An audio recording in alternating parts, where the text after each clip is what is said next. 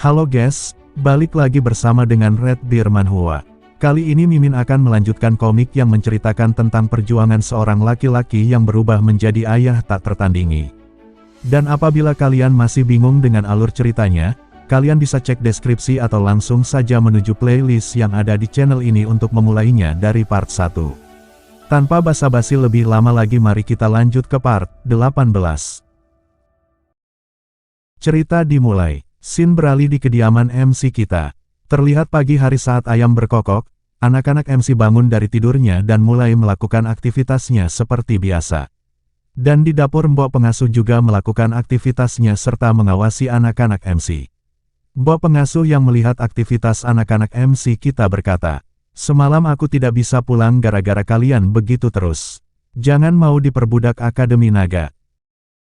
Sebentar lagi kami mau bertanding, jadi harus berlatih," jawab si kembar Gung Hyun. "Awas saja kalau ayah kalian pulang nanti, bakal ku minta memindahkan kalian ke Akademi Naga Kembar.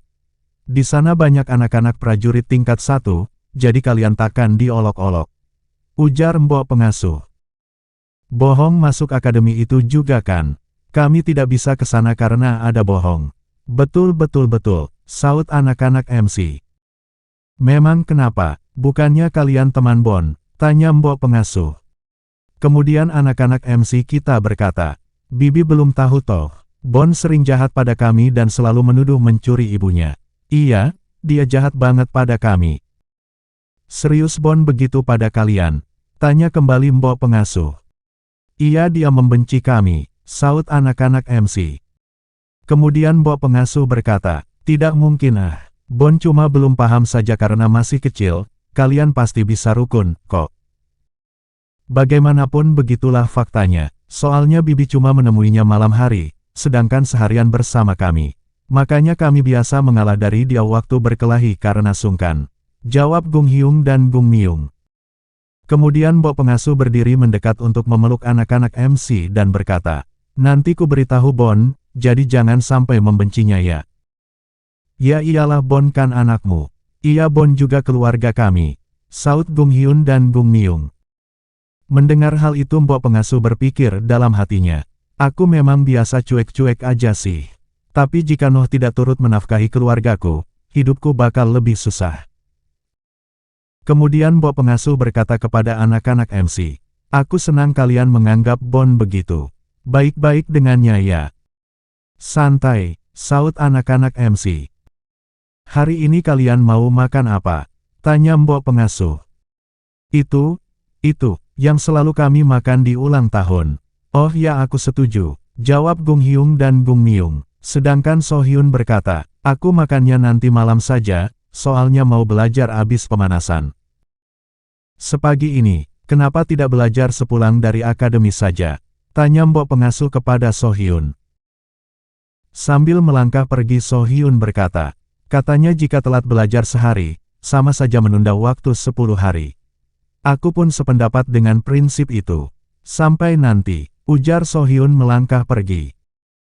Kemudian Mbok Pengasuh berkata kepada Gung Hyun dan Gung Myung, "Kalian juga sebaiknya belajar abis ini. Ayah kalian mau menguji 1000 karakter sepulang nanti kan? Orang babe saja tidak tahu. Gimana mau menguji ya?" jawab Gung Hyung dan Gung Myung. Mendengar hal itu Mbok Pengasuh yang jengkel bergumam dalam hati, "Anak-anak ini akan dapat ganjarannya. Mana mungkin So Hyun tenang-tenang saja." Chapter beralih kepada So Hyun yang berada di sebuah rumah bersama kakek penyapu jalanan. Terlihat keduanya sedang berbincang dan bercerita. "Terus dia melakukan apa?" tanya So Hyun. Ratu Es menginjaknya dan bilang, "Aku mau membiarkan kalian hidup, tapi kebencian wanita sangatlah dalam. Memohon ampunlah di alam baka dan tebus dosa-dosamu kelak."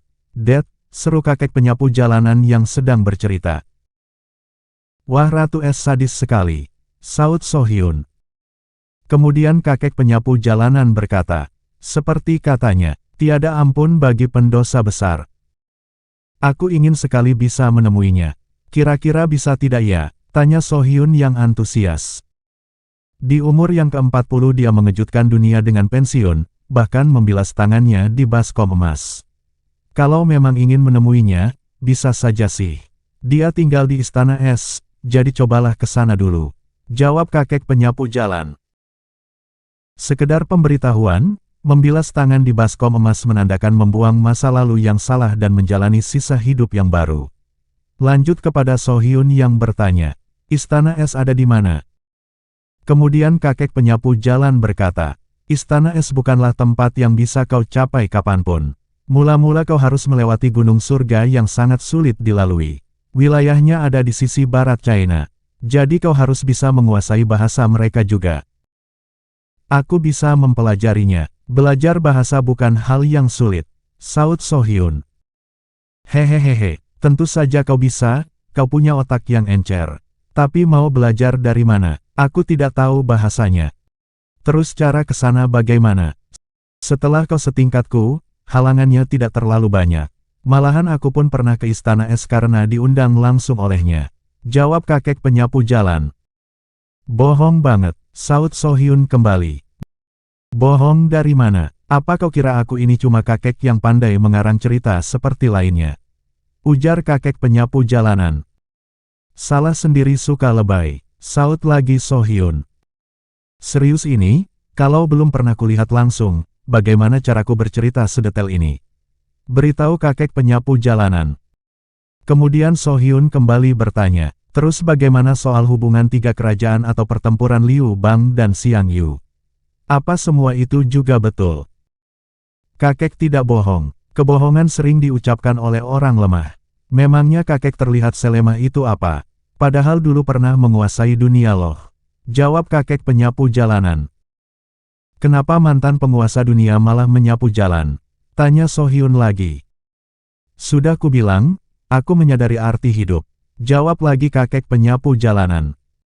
Kemudian So Hyun berkata, kalau mau belajar arti hidup harusnya jadi biksu atau pemuka agama, atau jadi Taois yang membantu kaum jelata. Aku tidak merasa pantas untuk jadi orang seperti itu. Apalagi jika kulakukan, kita takkan bisa mengobrol santai seperti ini. Ujar kakek penyapu jalanan. Kemudian kakek penyapu jalanan bertanya, aduh, sampai lupa sesuatu gara-gara bercerita. Hari ini mau membantuku lagi tidak? Tentu, buat balas budi sudah mau bercerita. Saut So Hyun. Beberapa saat kemudian terlihat So Hyun bersama kakek penyapu jalanan sedang menyapu jalanan di dekat tembok kastil naga surgawi. Begini sudah benar kan? Tanya So Hyun yang mengikuti gerakan kakek penyapu jalanan. Yup, kau memang anak yang cerdas. Saut kakek penyapu jalanan. Beritahu saja kalau ada yang salah. Ujar So Hyun. Kemudian kakek penyapu jalanan berkata, menyapu lantai ada tekniknya. Tanpa memakai teknik, kau harus menyapu lagi berulang kali karena tiupan angin. Kalau tidak cermat juga akan ada bagian yang tidak tersapu dan akan mengotori bagian yang sudah disapu. Jika kau menyapu seperti yang kuajarkan, maka cuma perlu menyapu satu kali saja kan? Iya sih, saut So Hyun sambil melihat bekas sapuan di lantai. Dan mereka pun melanjutkan pekerjaannya. 1-2, 1-2, 3-4, 3-4. Kau harus memperhatikan temponya agar kakimu tidak tersandung. Aku sudah hafal temponya, seru mereka berdua menyapu jalanan. Kemudian saat mereka asyik menyapu jalanan, kakek penyapu jalanan bertanya, ngomong-ngomong apa kau yakin cuma belajar kalimat? Bisa merangkai kalimat saja sudah cukup. Lagi pula, bersamamu menyenangkan, ujar So Hyun. Percuma sekali anak secerdas dirimu tidak belajar lebih jauh. Pungkas kakek penyapu jalanan. Aku ini perempuan, buat apa belajar lebih jauh? Belum tentu juga akan mengukir sejarah dunia. Saut So Hyun. Mendengar hal itu kakek penyapu jalanan berpikir dalam hatinya. Meski anak ini cerdas, berpikirnya juga jauh ke depan. Semoga tidak terjadi hal buruk kepadanya. Scene kembali beralih kepada MC kita. Terlihat perahu sedang melaju ke arah MC kita. Melihat hal itu MC kita berteriak, Makgah, di sini, kemarilah. Mendengar hal itu Yok Ahan memberikan kode kepada rekan-rekannya untuk mengepung MC kita. Saat perahu mendekat terlihat seseorang yang berdiri melihat MC kita di anjungan kapal dengan wajah jengkelnya. Senang melihatmu sobat, teriak MC kita yang melihat pria itu. Saat perahu bersandar di dermaga, MC kita berlari ke arahnya dan berkata, "Makgah." Kemudian dijawab langsung oleh pria yang berada di anjungan kapal. "Nohgah, brengsek, aku sudah bilang akan membunuhmu jika berani muncul di hadapanku lagi." MC kita yang mendengar itu hanya bisa tersenyum kuda. Scene beralih. Terlihat cahaya yang melesat cepat jatuh menghantam pasir gurun. Dan ternyata cahaya yang melesat cepat itu adalah Chun Myung-hun yang terlempar ke dimensi lain. Terlihat beberapa anak kecil dan orang lainnya melihat cahaya itu yang melaju dengan kecepatan tinggi. Kembali saat Chun Myung-hun yang melesat cepat terlempar meninggalkan bumi. Terlihat Chun Myung-hun yang melesat cepat di atas gurun pasir di entah berantah. Saat melesat cepat Chun Myung-hun berpikir dalam hatinya, "Aku merasa terbebas dari segalanya. Akhirnya aku mencapai puncak dan dapat meraih surga. Aku merasa terbang lurus menuju surga. Meskipun rasanya mirip sedang terjatuh sih daripada terbang." Beberapa saat kemudian chapter memperlihatkan hantaman di sebuah gurun pasir entah berantah. Anak kecil yang melihat dari kejauhan pun bergumam dalam hati. Apa ada sesuatu yang jatuh? Terlihat naga yang tidak mengerti pun pergi meninggalkan lokasi. Sekedar pemberitahuan untuk komik petualangan Chun Myung-hun di dimensi lain nanti kita akan bahas di lain waktu. Scene beralih kembali kepada MC kita dan Makgah sewaktu kecil. Terlihat MC kita dan Makgah mencuri sebuah bakpao dan dikejar-kejar oleh penjualnya. Terlihat MC kita dan Makgah tertangkap dan dipukuli oleh penjualnya. "Bocah tengil, maling brengsek, bocah miskin tidak tahu diri. Makan dan cepat matilah." Hujatan penjual bakpao yang terlihat memukuli MC kita dan Makgah sewaktu kecil. Kembali saat sekarang, terlihat Makgah yang emosi melihat MC kita berkata, "Nohgah, kau brengsek, aku sudah bilang akan membunuhmu jika muncul di hadapanku lagi." "Makgah," saut MC kita yang memelas. Tanpa basa-basi Makgah langsung melompat mengeluarkan jurus airnya. "Hei Makgah," teriak MC kita yang panik dengan serangan Makgah. Sesaat kemudian jurus air dari Makgah melukai MC kita. MC kita yang melihat lukanya bergumam dalam hati. Dia benar-benar masih emosi. Makgah yang bersiap dengan kuda-kudanya berkata, "Bajingan, kau benar-benar putus asa sampai mendatangi dewa kematianmu sendiri." Kemudian Makgah menyerang MC kita dengan jurus airnya. MC kita yang sigap langsung dapat menghindari semua serangannya. Para prajurit pengejar pun kebingungan dengan apa yang terjadi.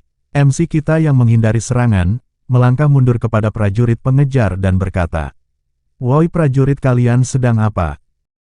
"Aku," saut Yok Ahan yang kebingungan. MC kita yang bergerak menghindari serangan Makgah berkata lagi, "Lupa dengan tujuan kalian. Kalian mencari tahu siapa yang menginginkan anak itu dan melacak dalangnya kan? Dia berada di hadapan kalian. Dialah yang menginginkan anak itu," ujar MC kita menunjuk kepada Makgah sambil menghindari serangannya. Kemudian para prajurit pengejar bersiap dengan pedang. Melihat hal itu Makgah terkejut dan berkata, "Kau brengsek sumpah, apa yang kau rencanakan?" Tanpa menjawab pertanyaan Makgah, MC kita langsung memberikan kode kepada prajurit tingkat 2 yang bersama anak kecil kurus. "Lari ke kapal." Meskipun sedikit kebingungan prajurit tingkat 2 langsung bergerak cepat dan berkata kepada anak kecil, "Naik cepat," dan kemudian berlari cepat ke arah kapal di dermaga. Makgah yang melihat itu pun berteriak, "Berhenti! Kejar mereka!" Perintah Yok Ahan yang terkejut melihat MC kita dan prajurit tingkat 2 yang menggendong anak kecil kurus berlari cepat ke kapal.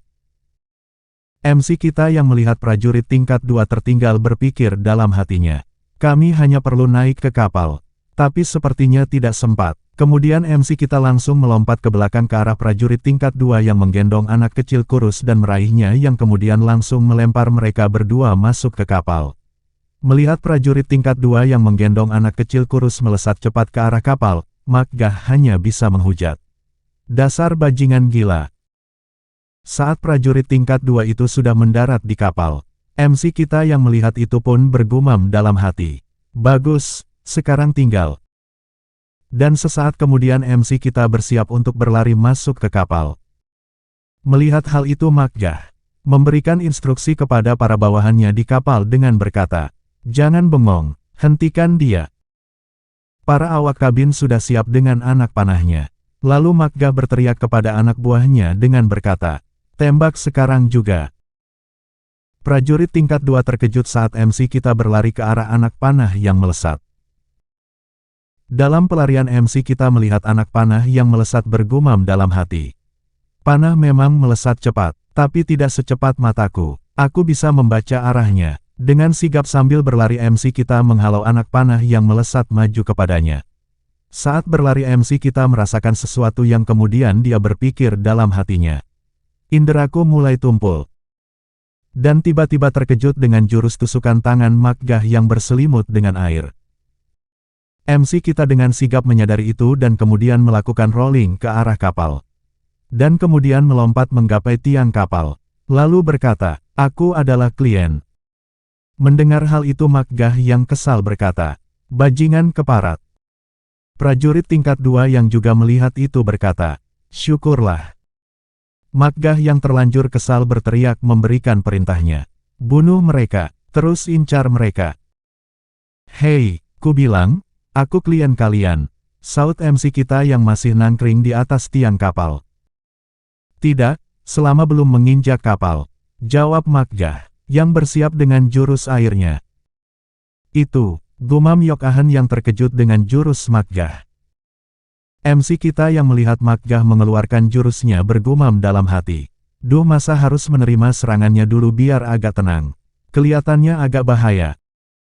Dan beberapa saat kemudian, Makgah menebakkan jurus airnya yang langsung terkena MC kita dengan telak. MC kita yang terkena jurus airnya Makgah, dengan kuat memegangi tiang kapal. Namun tiang kapal tidak mampu menahan dorongan dari jurus air Makgah dan langsung patah. Makgah terkejut melihatnya, sedangkan para awak kabin kapal berteriak memberikan peringatan kepada rekannya. "Menyingkir," tiangnya roboh. Kemudian MC kita yang terkena jurus airnya Makgah berjalan dengan santainya ke dek kapal sambil memuntahkan darah dan berkata, "Kedua kakiku di lantai," ujar MC kita yang berpikir dalam hatinya.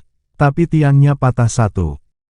Makgah yang kesal melihat itu pun kesal dan berkata kepada para awak kabin kapal, "Bantu cegah bajingan itu naik kapal bodoh." Pungkasnya. Yang beberapa saat kemudian rombongan pengejar Yok-ahan bersama rekannya melompat menaiki kapal yang membuat Makgah terkejut. Yok-ahan yang langsung berlari menyerang MC pun heran saat melihat MC kita bersikap santai. Yok-ahan berpikir dalam hati, dia tak berniat melawan." Sesaat kemudian Yok-ahan terkejut dengan tembok air yang menghalangi dan segera melompat mundur. Sesaat Yok-ahan mendarat, Makgah berkata, "Cukup sampai di sini, semua berhenti." Tapi rekan-rekan Yok-ahan terus maju melompati kapal namun dengan sigap Makgah mengeluarkan jurus airnya untuk menghalau mundur rekan-rekan Yok-ahan. Makgah berkata, "Ku bilang berhenti, siapapun yang bersikeras akan tidur bersama ikan." Mendengar hal itu MC kita hanya tersenyum dan bergumam dalam hati. "Ancaman begitu takkan berpengaruh pada orang yang tidak mengenalmu sobat. Tapi aku kenal betul, ketika di atas air, kaulah penguasanya. Hei sobat, jangan ragu sedikit pun," ujar MC kita dalam hatinya yang melihat Makgah jadi target serangan kelompok pengejar. Makgah yang kesal peringatannya tidak diindahkan, mulai serius dengan langsung mengeluarkan jurus naga airnya yang membuat rekan-rekan Yok-ahan terpental masuk ke dalam sungai. Melihat rekannya masuk ke dalam sungai, Yok-ahan berkata, "Keparat, apa yang kau lakukan? Aku adalah pemilik kapal ini. Lawan aku jika mau mengganggu," saut Makgah yang masih terlihat emosi. "Lawan terus," gumam MC kita yang tersenyum senang melihat momen itu. Yok-ahan yang sedikit terkejut akan hal itu berkata kepada rekan-rekannya yang mulai menaiki kapal, "Bunuh dia." Rekan-rekan Yok-ahan pun mulai maju menyerang Makgah. Melihat hal itu MC kita tersenyum bahagia dan bergumam dalam hati, "Hehehehe, kasihan sekali mereka tidak punya pilihan lain kecuali melawannya." Saat serangan mendekati Makgah, Makgah yang terlanjur emosi langsung mengeluarkan jurus amukan badai airnya, yang membuat rekan-rekan Yok-ahan langsung terpental seketika. Yok-ahan yang kembali terkejut dengan Makgah bergumam dalam hati. "Dia mengendalikan air, menyingkirlah," ucap Makgah yang langsung menyapu bersih rekan-rekannya dari Yok-ahan. Merasakan jurus amukan badai air milik Makgah, Yok Ahan berpikir dalam hatinya. Kekuatannya tidak normal, dia pasti ahli bela diri tingkat tinggi. Ketika sedikit serangan Makgah sedikit mereda, Yok Ahan berkata, "Aku Yok Ahan, kepala pedang keadilan dari persekutuan Murim. Sering dikenal pedang pengamuk." Pengenalanmu sangat pendek, saut Makgah. Kemudian Yok Ahan bertanya kembali, "Siapa nama yang kau sandang, prajurit?" Mendengar hal itu para awak kabin berbisik kepada rekannya. Dia melawan tanpa tahu siapa kapten.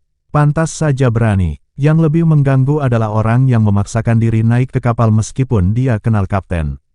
Aku yakin sekali dia sudah biasa pakai celah aturan kapal ini. Aku tak punya nama tersandang. Namaku hanya Heoh Makso, ujar Makgah kepada Yok Ahan. Jadi kaulah prajurit Heoh, ucap Yok Ahan yang terkejut dan bergumam dalam hati. Bagaimana aku tak mengiranya. Heoh Makso adalah iblis air dari salah satu 9 iblis yang berkemampuan seperti ini. Melihat hal itu MC kita jadi terkejut dan berpikir dalam hati. Jadi dia kenal Makso, sudah begitu orang Murim sampai menaruh hormat kepadanya. Kemudian masih dengan kesalnya Makgah berkata, "Jika dari persekutuan Murim, maka seharusnya kau tahu betul bahwa tempat ini area perbatasan dengan klan pedang. Sedang apa kau di sini? Juga jika kau mengenalku, artinya tahu larangan di kapalku kan?" "Maaf, aku memohon ampun Tuan Heoh. Aku sedang mengejar musuh persekutuan, jadi tidak menyadari sekeliling," jawab Yok Ahan yang sambil berpikir dalam hatinya. Gara-gara tadi dipanggil Makgah. "Musuh persekutuan, kau bicara soalnya?" tanya Makgah yang menunjuk kepada MC kita. MC kita hanya tersenyum melihatnya dan bergumam dalam hati. Musuh persekutuan Murim. Sekian untuk episode kali ini, jangan lupa subscribe untuk update video-video terbaru dari Mimin, dan juga bantu share biar channel ini berkembang dan membuat Mimin semangat. Sekian dari Mimin, wassalamualaikum warahmatullahi wabarakatuh, and see you next time.